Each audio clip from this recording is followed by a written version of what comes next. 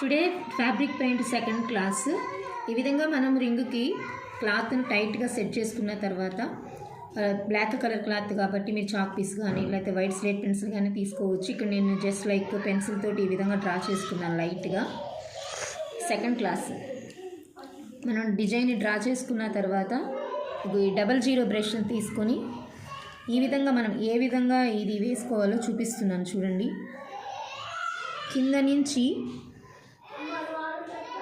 ఈ వేలో రావాలి, అవుట్లైన్ వేస్తున్నాను. ఈ వేలో డ్రా చేయాలి.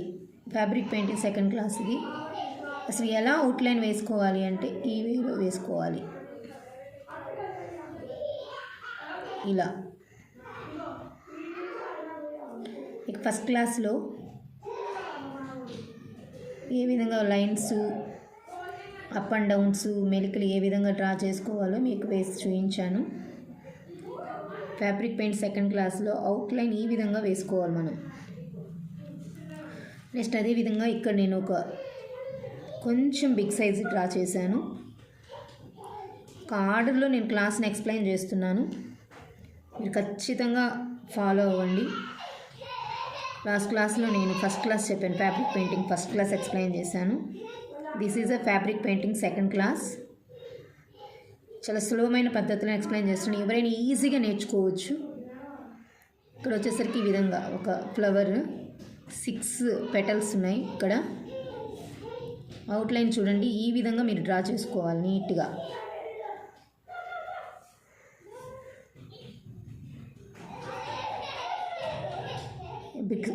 బ్రిక్స్ అనేవి ఉండకూడదు,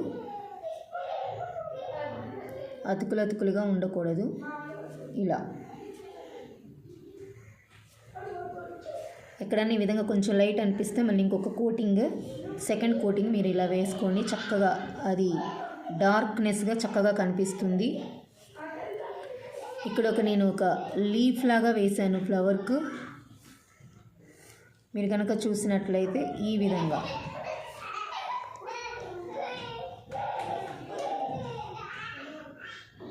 అవుట్లైన్ ఈ విధంగా మనం డ్రా చేసుకోవాలి. ఈ విధంగా అవుట్లైన్ డ్రా చేసుకోవాలి.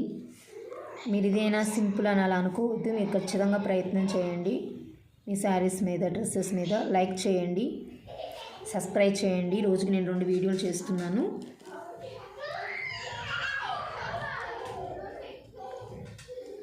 Next complete.